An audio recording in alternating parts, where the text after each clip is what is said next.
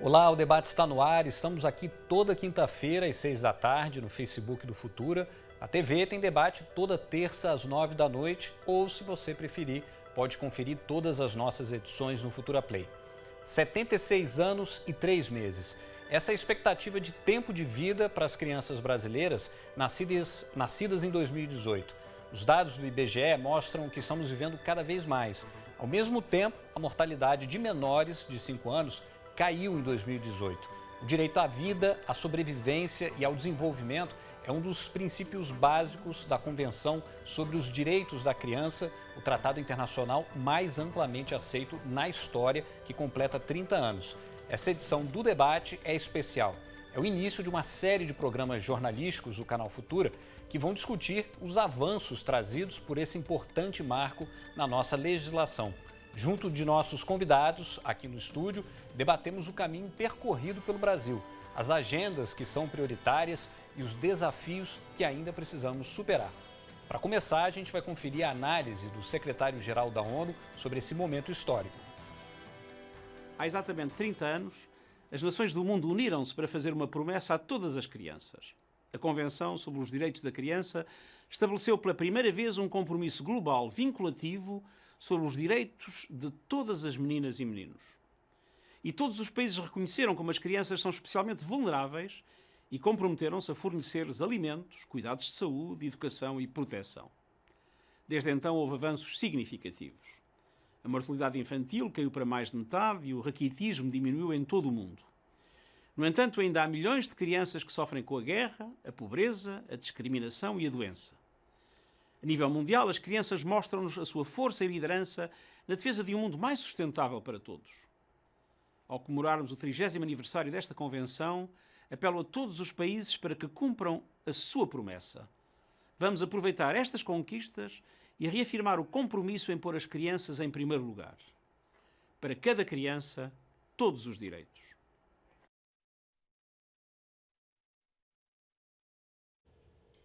Nenhum direito a menos, né? A gente vai conversar agora então aqui com as nossas convidadas. A Eliane de Lima Pereira é promotora de justiça, assessora de direitos humanos e minorias do Ministério Público do Rio de Janeiro.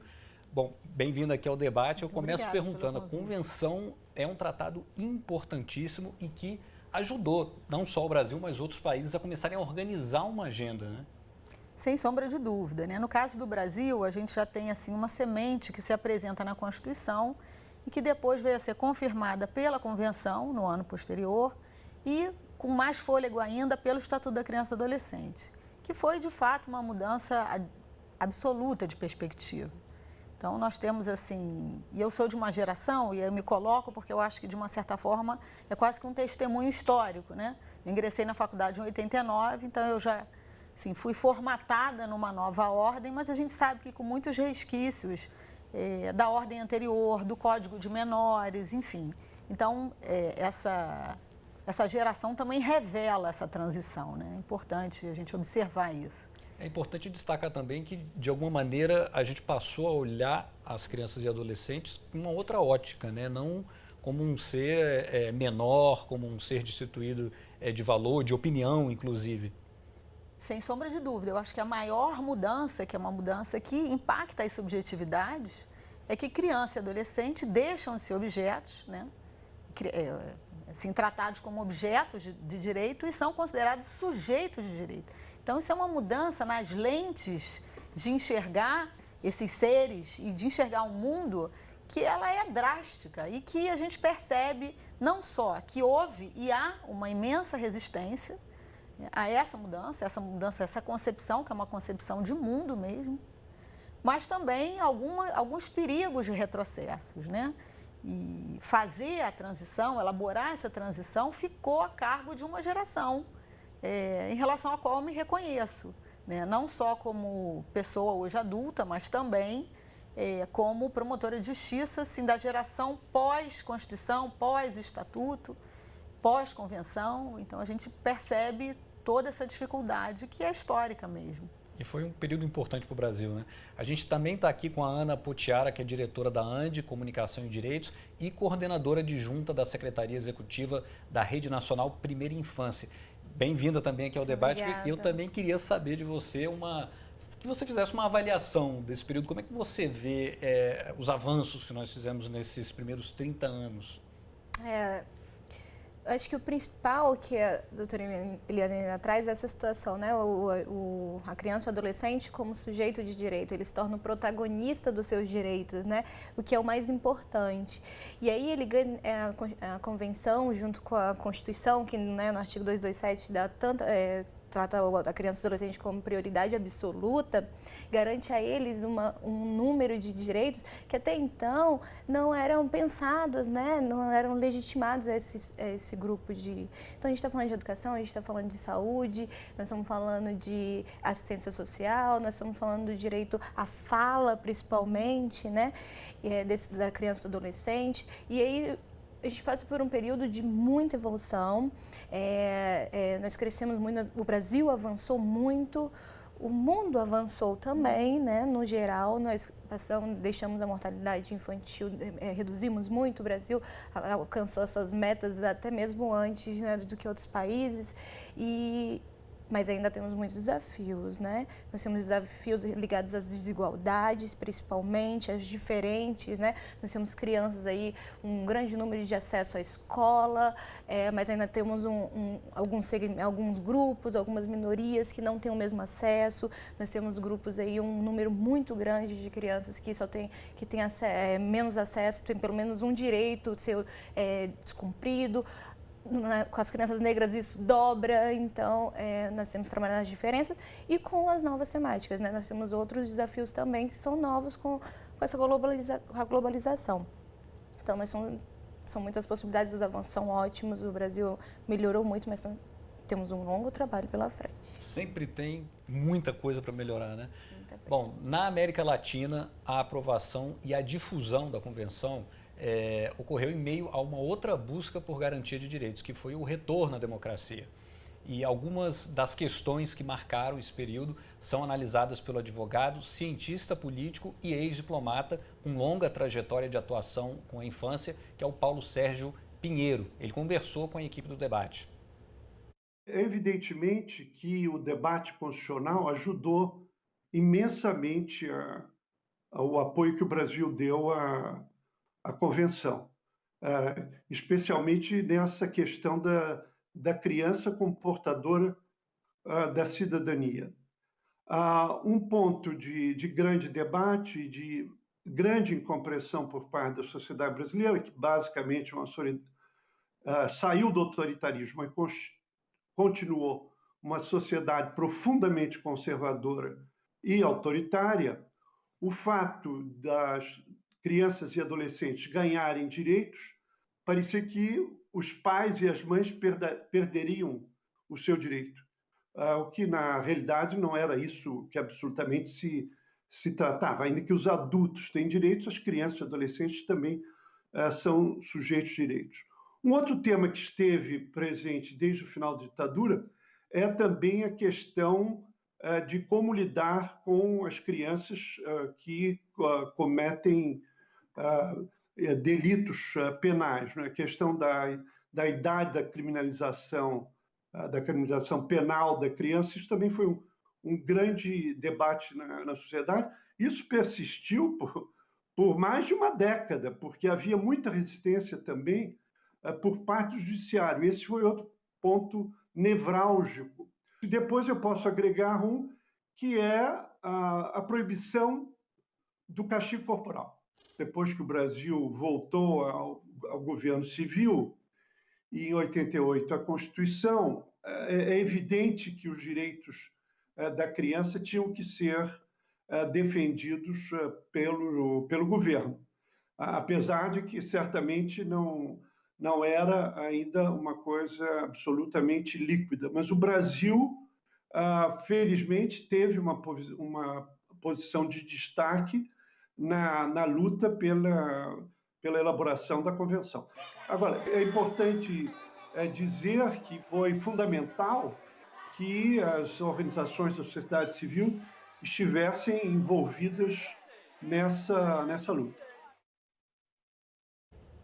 O Paulo Sérgio Pinheiro é um dos fundadores da Comissão de Defesa dos Direitos Humanos, Dom Paulo Evaristo Arnes, que tem como um dos objetivos dar visibilidade às violações da integridade física, da liberdade e da dignidade humana, especialmente quando cometidas por agentes do Estado. E, como mostra o destaque da redação, um desses agentes pode ser o responsável pela morte da menina Agatha Félix. O inquérito da Polícia Civil aponta que o tiro que matou a menina de 8 anos partiu de um policial. A Agatha foi a 5ª criança morta por disparos desse tipo nesse ano aqui no Rio de Janeiro. E de acordo com a Comissão de Direitos Humanos da OAB, nenhum dos casos foi esclarecido ainda. Bom, e eu quero repercutir justamente esse caso com a Eliane. Eliane, uma análise sobre o papel das instituições na garantia de direitos, especialmente das crianças. Como é que você faria essa análise numa situação como essa? Bom, em primeiro lugar, assim, a importância do sistema de justiça, né, dos operadores do direito, na defesa de direitos da criança e do adolescente, ela é primordial, esse papel é primordial. E, mais especificamente, falando do Ministério Público, ele foi o agente, a instituição do sistema de justiça que mais se transformou com a Constituição. Então, essa também é uma coincidência feliz quando a gente fala da perspectiva do direito da criança e do adolescente e das funções institucionais do Ministério Público. Então, o Ministério Público, ele tem não só que zelar pela efetivação dos direitos desse adolescente, seja através da cobrança do poder público ou mesmo de toda e qualquer pessoa que esteja na lida com essa criança, e não vai ser diferente no caso dos homicídios que vitimaram até então algumas crianças, e a Agatha realmente foi a 5ª dessas crianças, né, nessa sequência absolutamente lastimável. O Ministério Público, ele editou no ano passado um ato interno que determina que o princípio da prioridade absoluta também seja observado. Na verdade, um ato que dá uma efetividade ao princípio constitucional da prioridade absoluta, determinando que todos os inquéritos, sejam as investigações, sejam as ações penais em processamento, que elas de fato observem essa prioridade. Então, o caso da Agatha, assim como das demais crianças, seguem essa prioridade, devem seguir essa prioridade, né? Então, a responsabilidade, o papel do Ministério Público é, assim, muito grande mesmo em relação a todos os direitos da criança e do adolescente, em especial em relação à morte dessas crianças que, de fato, assim, atentam contra a nossa dignidade. Aí eu falo a nossa dignidade como nação mesmo, né? Com certeza. E só lembrando que até outubro, agentes de segurança do Rio de Janeiro mataram 1.546 pessoas.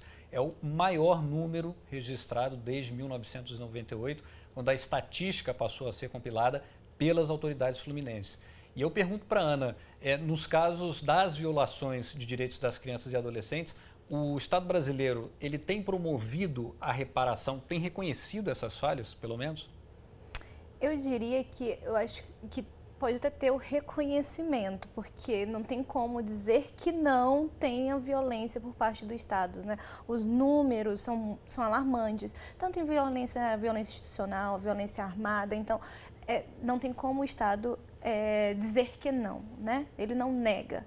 No entanto, você não vê políticas eficazes de combate e de prevenção, né? Principalmente de prevenção para que essas violências não aconteçam contra essas crianças. As crianças estão sendo negligenciadas. O retrato disso é esse número de crianças mortas no Rio de Janeiro, que também se reflete em outros estados. Não é uma realidade só do Rio de Janeiro. Aqui nós temos uma concentração, né, um número maior, mas isso se reflete no país inteiro. Nós temos um número muito grande de crianças e adolescentes mortos no país inteiro. Um dos dados que o relatório do Unicef nos traz é que nós temos um aumento, né, em mais ou menos de 10 anos, 15 anos, de 2007 e 2017, que vai de 5 mil, nós chegamos a 11 mil, né, crianças e adolescentes de 7 a 19 Quase anos. 50% 50% de aumento. Então, Então, não tem política eficaz nesse campo, né? Se tem uma área que o Brasil não evoluiu, foi em relação à violência. E os relatórios internacionais têm nos alertado sempre, não é de hoje, existem relatórios tratando disso, que o Brasil precisa combater essas violências contra a criança, né? E não tem conseguido. Os relatórios e a vida, né? A gente quase sempre tem visto aí as manchetes, nesse caso que a gente acabou falando. E eu quero aproveitar que a gente está falando dessa questão da violência. A Florence Bauer, que é representante do Unicef no Brasil, conversou com o jornalista Cristiano Rexigel num bate-papo recente. A gente vai conferir agora. Bom, para além da área da educação, o relatório também divulga dados sobre a questão da violência, de que forma essa violência tem afetado crianças e adolescentes aqui no Brasil nos últimos 30 anos. Sim. Esse é um indicador que realmente piorou. Os homicídios de adolescentes, ou seja, os adolescentes que são vítimas de homicídios, têm na última década uma tendência de aumento. Então, nesse momento, a gente tem números assim de 32 adolescentes que são vítimas de homicídios a cada dia. Esses são adolescentes, eles são, a maioria, meninos, eles são negros, eles vivem em periferia, eles são pobres e eles estavam fora da escola no momento do homicídio, a grande maioria deles. Então, é uma população que também vive em áreas assim, localizadas, assim, bem identificadas, sobretudo dentro dos centros urbanos. Para poder reverter esse quadro, que é uma prioridade absoluta assim, dentro do Brasil, precisa de uma série de políticas de prevenção. Então, você menciona antes que há um grande número de crianças e adolescentes fora da escola, e são esses fora da escola que sofrem mais violência. Isso, os números mostram que os adolescentes que são assassinados, a maioria deles estava fora da escola por mais de 6 meses. Então, por isso, a escola ela é importante para o desenvolvimento, mas também uma forma de proteção. Então, é fundamental, como uma medida, realmente ir atrás de cada um, sobretudo adolescentes, nesses casos que estão fora da escola, para poder estar na escola e também ter políticas de prevenção, dar alternativas para eles. E tem um tema de impunidade também. A grande maioria desses casos não são investigados. Então, para quebrar esse ciclo da violência, precisa também, assim, uma investigação sistemática desses casos e realmente ter políticas que respondem o que eles precisam com uma visão de equidade, de chegar a esses meninos. A gente sabe quem são. Se um menino é assassinado hoje, a probabilidade que o irmão dele, o vizinho, seja assassinado amanhã é muito alta. E isso afeta, obviamente, a família, mas afeta a comunidade, afeta a sociedade como um todo. A Florence levantou uma questão ali que aqui no Canal Futuro a gente fala direto, que é o fato da gente ter muitos jovens fora da escola e aí em muitas situações acontece isso que ela acabou falando ali. O jovem fica numa situação complicada e inclusive de violência. O Ministério Público, ele monitora de alguma maneira isso também? O Ministério Público na área da educação, né, os promotores que atuam na área da educação e também a coordenação, tem investido pesadamente em todo tipo de estratégia de busca desse adolescente. A gente sabe que a gente não previne a morte desses adolescentes apenas quando eles chegam à adolescência, né? A gente tem que, na verdade, prevenir que ele ingresse nessa rota de vulnerabilidade. Então, o que o Ministério Público tem feito nos últimos tempos, a partir do momento em que ele ingressou no Comitê de Prevenção de Mortes de Adolescentes, é buscar que rotas são essas de vulnerabilidade e como é que a gente faz para fazer com que o adolescente desvie dessas rotas. Então, do que a gente está falando? A gente está falando desde a primeira infância. Então, o simples fato do adolescente ele ter um registro de nascimento, tá, que dá acesso a todo tipo de direitos, né, que é um passaporte para o exercício da cidadania, já diminui as chances de um homicídio. É incrível, mas diminui, né? A gente tem hoje números de pesquisas de várias fontes que indicam que todo investimento feito na adolescência, ele previne violência.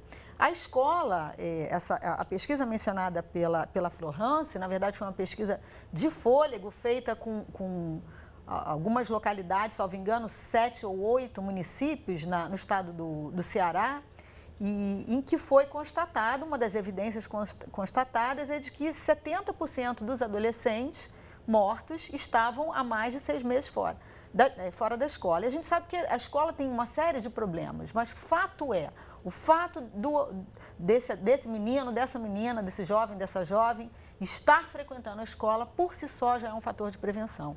Então, isso deixa muito claro, assim, ainda mais claro, que por todos os motivos que nos levam a reconhecer a importância da educação, esse também é um caminho de prevenção de violência. Agora, Ana, para fazer esse trabalho também de monitoramento, saber se o jovem está frequentando a escola, se os direitos deles estão sendo respeitados, a sociedade civil tem um papel nisso também, né? Sim. A gente cobra muitas instâncias do Estado, tem que cobrar, mas a sociedade também tem um papel nisso.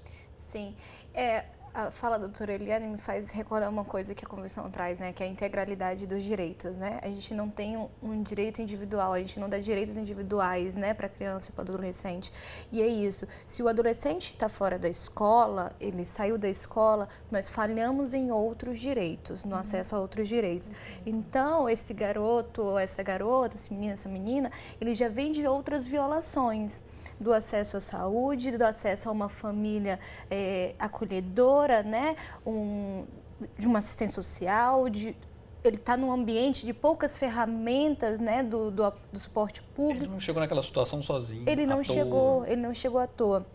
E a sociedade civil tem trabalhado, né, nesse monitoramento, trazido informações ao Estado e mais do que isso, é dever meu, é dever do Estado, é dever de toda uma sociedade, né, cuidar das crianças e dos adolescentes. Então, qualquer violação, eu tenho que chegar ao sistema de garantia, né, que eu presencio, eu tenho que chegar ao sistema de garantia, que talvez seja o Conselho Tutelar, seja o Ministério Público, quem quer que seja, e denunciar aquela violação àquela criança, porque tudo é um ciclo. Né? E a sociedade civil tem trabalhado, né, as organizações têm trabalhado muito nesse sentido, mas precisa ainda articular as políticas, as ações, né? O sistema de garantia precisa estar mais amarrado para garantir que não chegue a esse ponto de um garoto estar fora da escola e ele está a menos de 500 metros da sua casa e ser morto, né? A Ana tocou no assunto dos conselhos tutelares, que são uma ferramenta importante desse conjunto, né, de instâncias que estão aí para proteger as crianças, os adolescentes. Esse ano foi um ano de eleição para os conselhos. Aqui no Rio de Janeiro foi necessário refazer essa eleição porque houve aí uma disputa por esses espaços. Como é que o MP acompanhou, como é que o MP observa essa situação? É engraçado que eu falava pouco no começo da tarde sobre esse assunto, né? Que 30 anos depois do Estatuto, um pouco menos de 30 anos, foi a primeira eleição que nós constatamos uma participação popular mais efetiva, o que é um amadurecimento democrático, né? Por um lado, a gente percebe isso. E, por outro lado, algumas mazelas que a gente percebe nas eleições para os cargos eletivos como um todo. No caso aqui no Rio, foi necessário fazer uma recontagem dos votos. Uma recontagem, e isso também demonstra que as eleições foram fiscalizadas, né? Que a gente pôde apontar erros. Isso tudo, assim, nos dá sinais de amadurecimento e de necessidade de uma fiscalização efetiva dos agentes competentes para isso, né? O Ministério Público como um ator fundamental. Mas, de fato, a minha leitura é de que isso demonstra, assim, uma maturidade até da valorização do que é o Conselho Tutelar, né? Das funções do Conselho Tutelar, um reconhecimento de legitimidade de quem ocupa esses espaços, de quem exerce essas funções, e quase 30 anos depois, é bastante interessante. Bom, os Conselhos Tutelares foram criados em 1990 e a partir do Estatuto da Criança e do Adolescente. Segundo o levantamento do Unicef, atualmente, é o órgão que recebe a maior parte das denúncias que envolvem abuso sexual contra crianças e adolescentes. A gente também ouviu a Florence Bauer, que é representante do Unicef no Brasil, sobre esse assunto.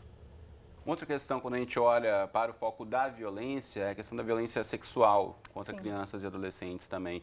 Que balanço a gente consegue fazer desses dados, dessa discussão também, que aumentou muito nos últimos anos, e isso como aparece no relatório? Primeiro, ter dados sobre isso. Muitas vezes a gente não tem dados, não tem a informação, porque são violações de direitos. A violência sexual, por exemplo, é difícil falar sobre isso. Então, por isso, a particularidade do Brasil também, que o próprio Estatuto traz, é ter um sistema de garantia de direitos. Então, tem os próprios conselhos tutelares, por exemplo, que são presentes em todos os municípios. São mais de 5.500 que tem no país, que podem receber esse tipo de denúncias, esse tipo de violência que estão acontecendo, de violação de direitos. Então, esse órgão, que é uma particularidade do Brasil, ele tem que ser fortalecido, ter mais capacitação, mais recursos humanos, para poder responder a esse tipo de violações de direito. Então, a violência sexual, violência doméstica, violência comunitária, enfim, é um dos grandes temas que tem que ser priorizados agora nos próximos anos. Olha, a gente vai ouvir mais a Florence Bauer no próximo bloco, mas você já pode conferir o bate-papo na íntegra que está lá no Futura Play. E eu queria trazer novamente aqui para o estúdio, ela abordou essa questão da violência sexual, que é um tema que é sempre muito forte para a gente tratar, mas o fato é que isso precisa ser tratado nas instâncias públicas, isso precisa ser tratado nos meios de comunicação, porque é uma das piores afrontas que pode haver, né? Sem sombra de dúvida. Vou pegar um pouco o gancho da Ana aqui no que diz respeito a um compromisso social em relação ao enfrentamento dessas violências, né? Especificamente da violência sexual. O Estatuto trouxe a responsabilidade do educador, do profissional de saúde, e é muito importante que a gente cobre que as pessoas que estão, de fato, nesses frontes, que elas façam valer essa responsabilidade, porque muitas vezes, o que acontece? Como a gente sabe, a gente já tem informações e os dados hoje são muito mais concretos, mais robustos, como esclareceu a Florence, em relação à questão da violência sexual, no sentido de que ela acontece, na grande maioria das vezes, intramuros, dentro de casa, na grande maioria das vezes, praticada por pessoas da relação dessa criança. Então, a gente tem que contar com alguém fora desse contexto para proteger essa criança. É claro que dentro também, mas é muito importante que se conte com o professor, com o médico, com o enfermeiro que atendeu essa criança, enfim, e aí vale tudo também, né? Pode ser o vizinho, pode ser, enfim, alguém que tenha tido contato com essa criança de alguma maneira e verificou que ela apresenta sinais ou de castigos físicos, né? Ou sinais de um comportamento que deve chamar atenção. Esse é um compromisso social e também de família extensa. A gente está falando que muitas vezes a violência é praticada intramuros e a criança conta com uma família extensa, na grande maioria das vezes.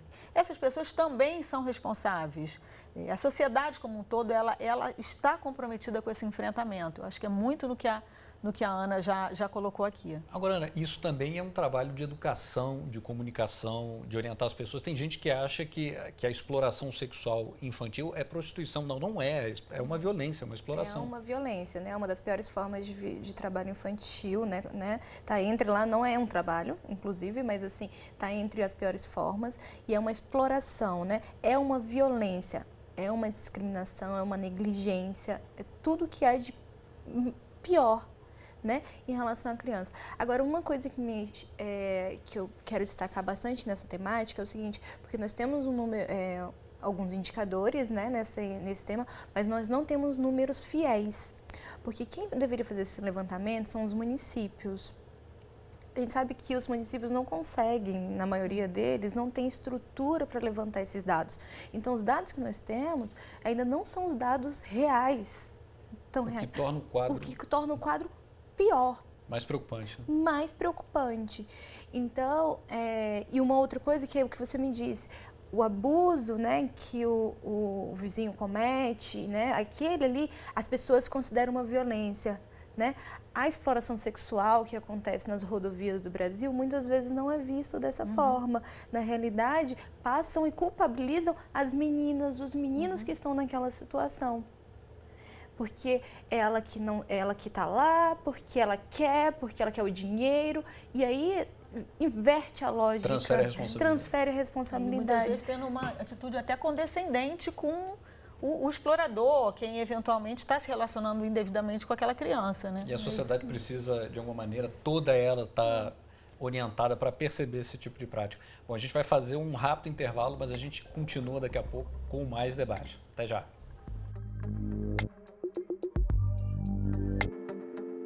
O debate está de volta falando sobre o tratado internacional mais amplamente aceito na história, que completa 30 anos, a Convenção sobre os Direitos da Criança. O Brasil avançou em todos os indicadores relacionados à educação, incluindo acesso, permanência e aprendizagem. Mas ainda falta um longo caminho a percorrer, segundo o Unicef. A gente vai ver mais nessa reportagem. No Brasil, dos anos 1990, a escolaridade era obrigatória para crianças com idades entre 7 e 14 anos. Ainda assim, 20% das meninas e dos meninos estavam fora da escola. Na última década, o direito à escola foi ampliado. A escolaridade hoje deve ser assegurada entre 4 até 17 anos de idade. Hoje, na rede pública de ensino aqui no estado de São Paulo, esse acesso ele é garantido. Nós temos uma outra demanda que, ao meu ver, é tão grande quanto a questão do acesso, que é a questão da qualidade de ensino. Um dos desafios do currículo paulista é diminuir ainda mais a quantidade de crianças fora da rede de ensino. Em todo o Brasil, ainda hoje, 2 milhões de crianças e adolescentes estão sem frequentar a escola. A maioria vem de famílias brasileiras de baixa renda. Ele traz algumas disciplinas a mais que podem ser trabalhadas com essas crianças, traz algumas propostas, né, para a escola de tempo integral e também para a escola que não é de tempo integral, mas assim, buscando aperfeiçoar essa qualidade de ensino que vem sendo oferecida pela rede. Um outro dado do relatório divulgado pela Unicef chama a atenção. É o fato de que entre os alunos matriculados nas escolas estaduais e municipais do país no ano passado, 3,5 milhões de estudantes ou foram reprovados ou abandonaram as escolas. É um desafio para nós trabalhar para que todos esses alunos que entrem lá no início da educação básica, que ele termine com a gente aqui na rede pública. É um desafio essa questão de evasão. Para a coordenadora, outro aspecto que impacta a qualidade do ensino é a falta de planos de carreira com a valorização dos professores da rede pública. Nós temos profissionais de excelência, nós temos profissionais assim que são pós-graduados, nós temos professores mestres e que estão dentro da escola pública e que esperam também um reconhecimento. E a Florence Bauer, que é representante do Unicef no Brasil, analisou esses resultados em conversa com o Cristiano Rexigel. Vamos ver em detalhes. Aumentou o número de anos de escola e houve uma redução. Era 20% fora da escola, agora são menos de 5%. Então, são avanços, assim, menos de 3 décadas, que são fenomenais, assim, numa visão histórica, de realmente conseguir dar mais acesso à criança e adolescente à educação. Mas apesar desse avanço, o relatório faz um alerta sobre o grande número de crianças que estão na escola, mas na verdade não estão aprendendo. Então, como avaliar esse desafio? Existem estratégias já identificadas que podem ajudar a fazer com que todo aluno aprenda quando estiver na escola? Então, primeiro a gente precisa buscar cada uma dessas crianças. São crianças adolescentes excluídas, assim, que estão em situação muito complicada, que às vezes estão trabalhando. Assim. Então, primeiro precisa identificar cada uma delas e os serviços precisam trabalhar juntos, saúde, educação, assistência social, para incluir essa criança adolescente dentro da escola. Então, uma vez que essas crianças adolescentes estão dentro da escola, precisa ter um currículo que seja adaptado, a escola precisa ser atrativa, precisa ter um cuidado específico para a história de cada criança e para isso a gente precisa valorizar mais o professor, apoiar o professor para que seja preparado para receber essa criança e criar uma escola mais atrativa que também facilita essa ponte para o mundo do trabalho, porque as pessoas pesquisas que a gente tem mostram que muitos desses, sobretudo os adolescentes, abandonam a escola porque a escola não é interessante assim, não tem esse valor atrativo. Então, precisa realmente de um esforço do professor, do governo, da sociedade civil, do setor privado, para a gente trabalhar junto com a família para ter uma escola mais atrativa, mais adaptada, para que a criança e o adolescente possa estudar da melhor maneira. Eliane, na hora de buscar essas crianças é necessário, claro, ter uma agenda também, né? Mas o Ministério Público aqui do Rio divulgou um estudo e constatou que entre as mais de 1.400 ações do governo do estado do Rio, só 37 são de fato destinadas para crianças e adolescentes. É um número muito reduzido. Sim, sem dúvidas. Esse estudo ele foi feito com base nos orçamentos de 2016 a setembro desse ano, 2019. E o que ficou constatado é que na previsão orçamentária, assim, de uma maneira geral, a gente pode falar que apenas 4% é destinado a criança e adolescente. Isso já nos chama atenção de imediato, porque se a gente não pode afirmar um número ou um percentual X do orçamento a ser destinado para crianças e adolescentes, a gente pode dizer que 4% não corresponde ao princípio da prioridade constitucional absoluta. Então, de fato, esse orçamento ele precisa ser incrementado. A destinação a programas que contemplem crianças e adolescentes precisa ser incrementada. É importante contextualizar que tudo isso num estado com os problemas sociais que possui, como é o caso do Rio de Janeiro. Perfeito. E, além disso, além da previsão orçamentária não ter alcançado 4%, cerca de quase 1% desses, ou seja, no final das contas, você executa pouco mais de 3%.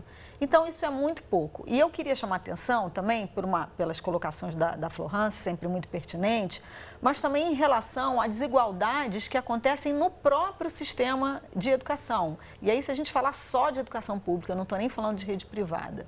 E me ocorre lembrar o caso, por exemplo, das escolas da Maré, que, de acordo com dados que hoje são, assim, de fato, hoje a gente tem dados, né?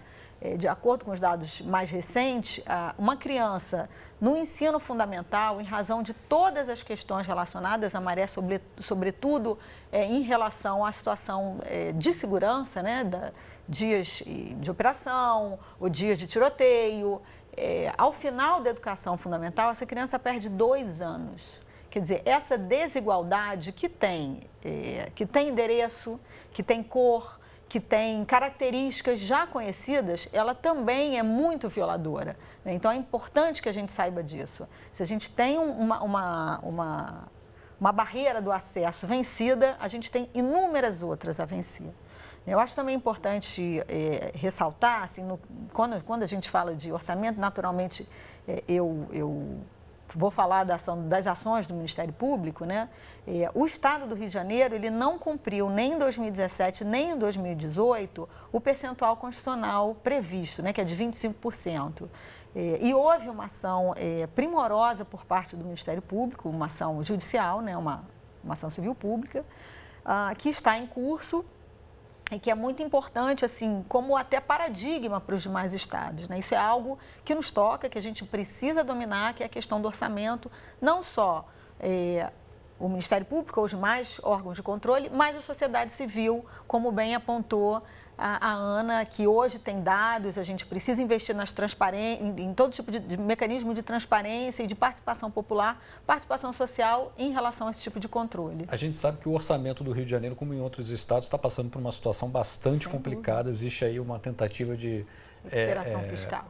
De trazer um equilíbrio fiscal ao país como um todo, né?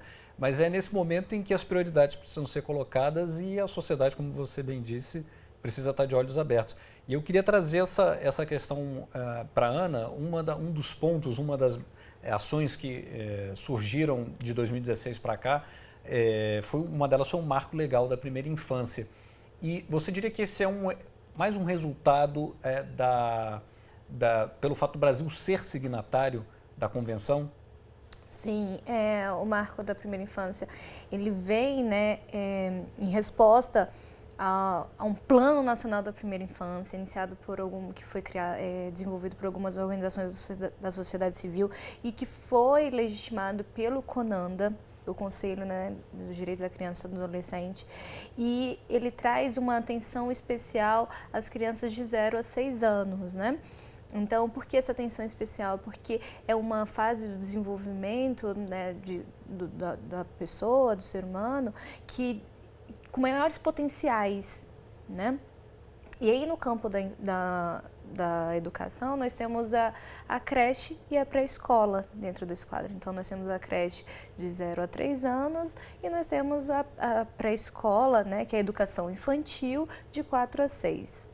E aí, o marco traz é uma prioridade, como todo direito de crianças e adolescentes, traz essa prioridade, essas crianças de 0 a 6 anos, uma atenção especial através do marco.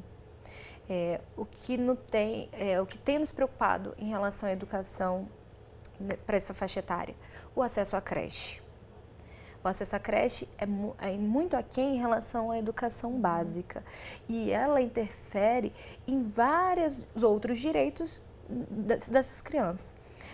Porque a gente para pensar, essa criança que vai à creche é porque a mãe precisa trabalhar.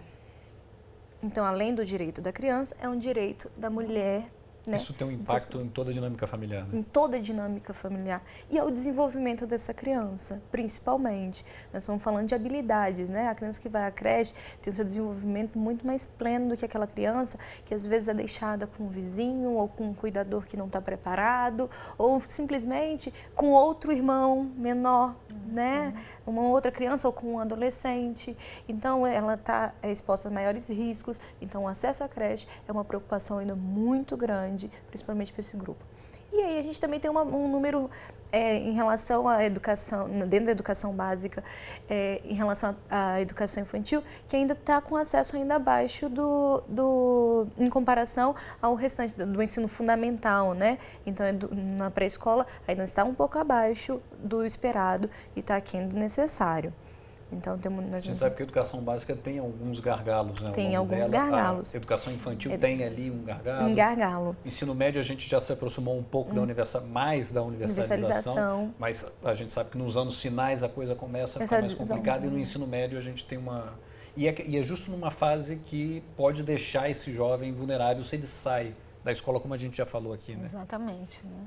Exatamente. Então, em que momento, acho que isso é um campo de pesquisa e de produção de dados para que as pessoas, os profissionais, isso é intersetorial, evidentemente, a gente está falando de educação, está falando de justiça, está falando de saúde, está falando de assistência, possam agir com base em dados, com base em evidências, né? Que idade é essa? Como fazer com que essa escola seja suficientemente atraente para que esse adolescente faça a opção de permanecer na escola, né? Agora é uma questão de gestão, né? Se é intersetorial e envolve tantas instâncias, é uma questão de gestão. É uma questão de gestão. Mas também cada campo com as suas peculiaridades. Algumas questões têm que ser pensadas essencialmente pela educação, né? Pelos pedagogos, pelos educadores, enfim. Isso eu acho que a gente também precisa respeitar o conhecimento próprio, a expertise de cada profissional. E que investir pesadamente no diálogo. Todos no esforço de manter crianças e adolescentes na escola. Algo também que tira esse adolescente da escola é muitas vezes a necessidade de produzir renda. Então, programas de renda também são de fundamental importância. Então, todo o arcabouço social deveria, eu acho que tem que ser o norte, trabalhar no sentido de promover essa escolarização universal até o seu ciclo mais completo, né? Até, no mínimo, o final do ensino médio. Quero aproveitar que a gente está falando de educação e mostrar o seguinte: em uma escola pública de São Paulo, alguns desses adolescentes foram ouvidos pela campanha latino-americana pelo direito à educação. Eles comentam sobre a educação que eles necessitam. Vamos ver. A educação que eu preciso é a educação com competência. A educação que necessitamos, que todos necessitam, é uma educação igualitária e de qualidade.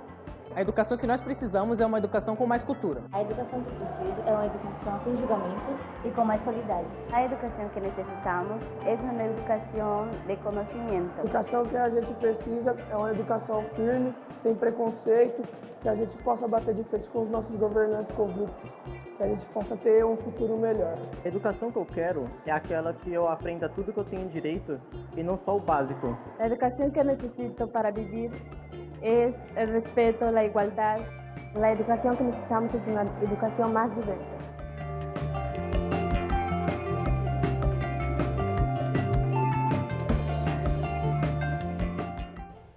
Bom, é aquele trabalho, né, de você também ir nos lugares e dar voz a esses jovens, que era um pouco do que a gente estava falando aqui. Sim, do protagonismo, né, do direito de fala, né, de poder falar, de expor o que ele pensa sobre o direito dele. E no campo da educação, a escola é um local em que ele pode ter essa voz. E é uma preocupação hoje para todos nós, da sociedade civil, pensar que esse adolescente pode deixar de ter voz na escola, que é o primeiro ambiente em que ele pode, né, se mobilizar com amigos, né, com com os colegas e garantir o seu direito à educação. Né? Então, esse direito de voz do adolescente e da criança e do adolescente, porque ainda a gente fala muito até do adolescente ter voz, né? Mas a gente às vezes esquece da criança, mas a criança também tem a sua forma de expressar o que ela deseja.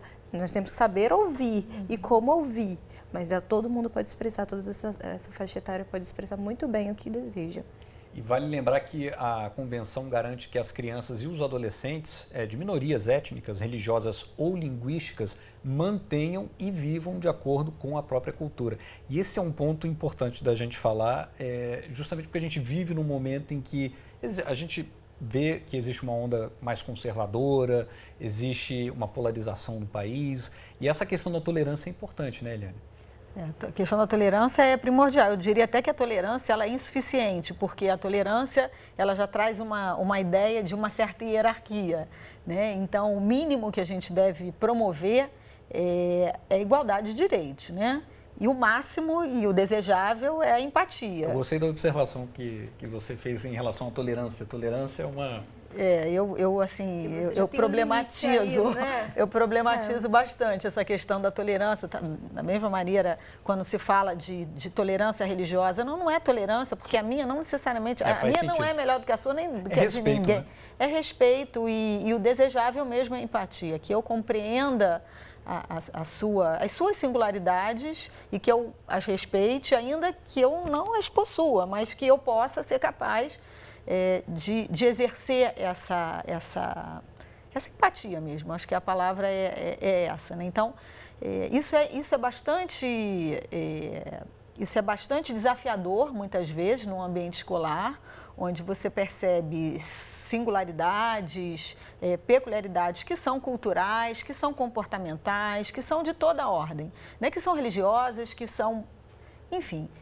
E que a gente precisa promover esse ambiente diverso com protagonismo, né? Eu acho que esse é um desafio tremendo. Cada um sendo protagonista das suas escolhas, da sua formação, do seu crescimento e, ao mesmo tempo, inseridos num ambiente de diversidade. Eu acho que nada mais rico do que isso, né? Nenhuma educação pode ser mais... promissora do que uma educação num ambiente diverso e com muito respeito às peculiaridades, às singularidades, enfim. O preâmbulo traz, né, da Convenção, traz esse termo da não discriminação muito bem destacado, né? Que é isso, são as diversidades. Todo mundo tem o seu direito dentro da sua diversidade, né, dentro das suas diferenças. E é importante se manter isso. Você não pode retirar. Isso é uma retirada de direito a partir do momento que você não respeita.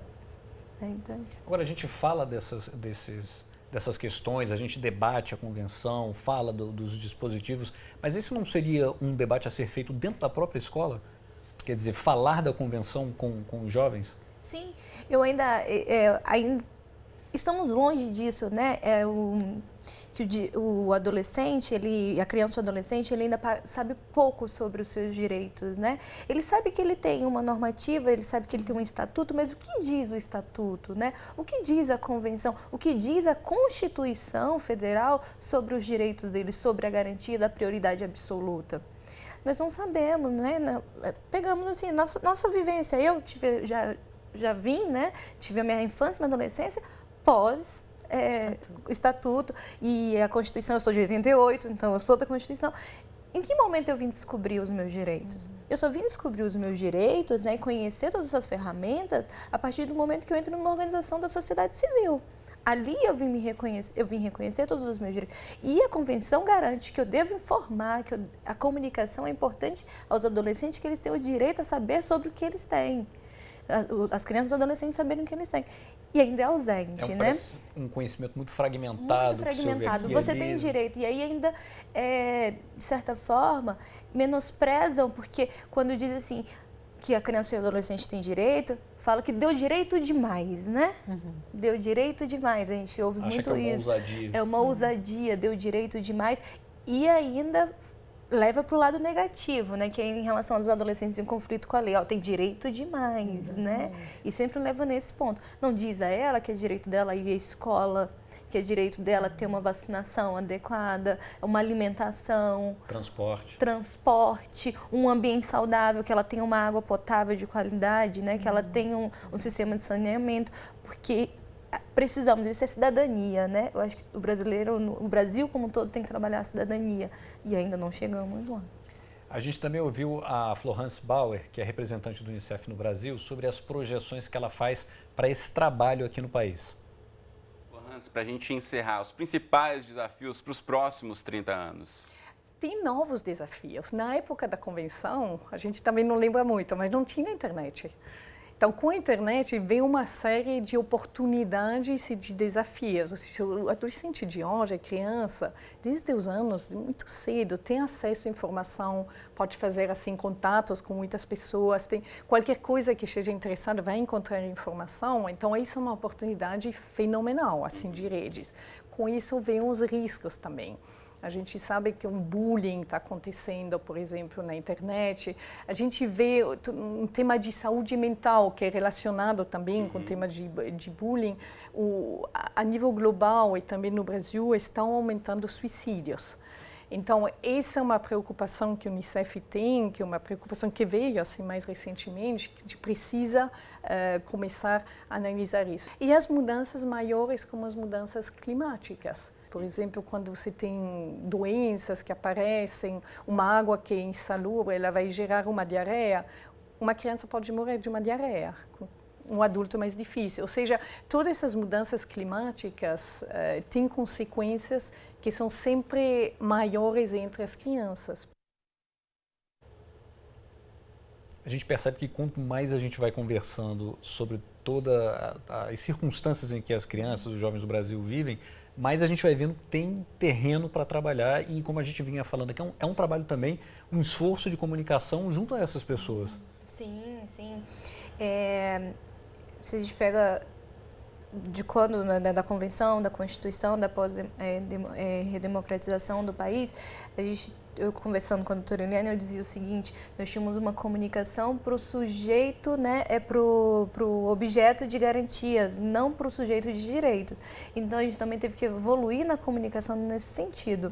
Ou era criança, era o menor que estava nos jornais, era esse termo, né? Nós trazemos dentro da ANDE uma notícia que todo mundo ouve falar, né, que era menor mata adolescente. Esse era o retrato da comunicação. E é uma noção, se me permite, conflituosa, porque ao mesmo tempo que se fala, se refere como um menor, mas também quer imputar a ele todo tipo de responsabilidade. Todo tipo de responsabilidade. Então, com o passar dos anos, a ANDE tem trabalhado, né, e veio trabalhando com ações em mídia para o desenvolvimento. Então, melhorar a qualidade dessa cobertura jornalística. E que é muito importante, porque a comunicação tem um papel fundamental na sociedade, na inserção de políticas públicas e da melhoria de vida de crianças e adolescentes. Todos temos, né? Então, é um dever também dos meios midiáticos trazer essa qualidade e os direitos, e garantir os direitos de crianças e adolescentes. Eliane, nessa projeção que a Florence fez, o que você poderia complementar? Eu acho que muitos desafios são novos, né? De fato, ela traz uma realidade completamente diferente, o acesso à informação, toda essa questão que hoje é de mercado mais agressivo, porque a criança e o adolescente também são vistos como consumidores. A gente tem aí uma série de desafios, mas eu acho que a gente tem que também olhar e saber quais são os instrumentos que podem ser aplicados quaisquer que sejam os desafios, né? E eu destacaria os dois instrumentos que eu acho que são mais potentes. Primeiro, seguir com a afirmação, e aí eu falo afirmação na prática, de que crianças e adolescentes são sujeitos de direitos. E essa virada de chave, a Ana trouxe exemplos aqui que são já de uma transição pós-Código de Menores e, portanto, na vigência do Estatuto, a Convenção da Constituição, mas que nós reproduzimos. E quando eu falo nós reproduzimos, eu falo também do sistema de justiça. Porque é importante que se lembre ao operador do direito, ao promotor de justiça, ao juiz, ao defensor, que criança tem prioridade constitucional absoluta, ou que ela é sujeito de direitos, né? Que é algo também que existe resistência na nossa própria área. Então, falando aí dos dois instrumentos que eu acho que são muito importantes, a reafirmação da criança e do adolescente como sujeitos de direitos, né? Isso possibilita uma série de ações e reafirmar que criança e adolescente são prioridades constitucionais absolutas. Dentro de uma ordem de prioridades, criança e adolescente são mais prioritários, né? Então, acho que com esses dois compromissos para enfrentar, ainda que desafios novos, contemporâneos, a gente chega a algum lugar. Maravilha. A gente costuma terminar o programa com memes, mas hoje a gente resolveu mostrar uma tirinha do Armandinho e é um trabalho de Alexandre Beck, né, que tem feito muito sucesso na web, que resume o que a gente falou aqui, a gente vai ver agora aqui na tela, por um mundo onde sejamos socialmente iguais, humanamente diferentes e totalmente livres. Fica aí a nossa mensagem, a mensagem do debate. A gente está encerrando o programa de hoje. Agradeço a participação de todos os telespectadores. A gente certamente vai voltar na próxima semana com mais um tema. Agradeço a participação de vocês aqui no estúdio. Obrigado por compartilhar todo esse conhecimento com a gente. Voltem sempre aqui ao Futura. Até mais. Tchau.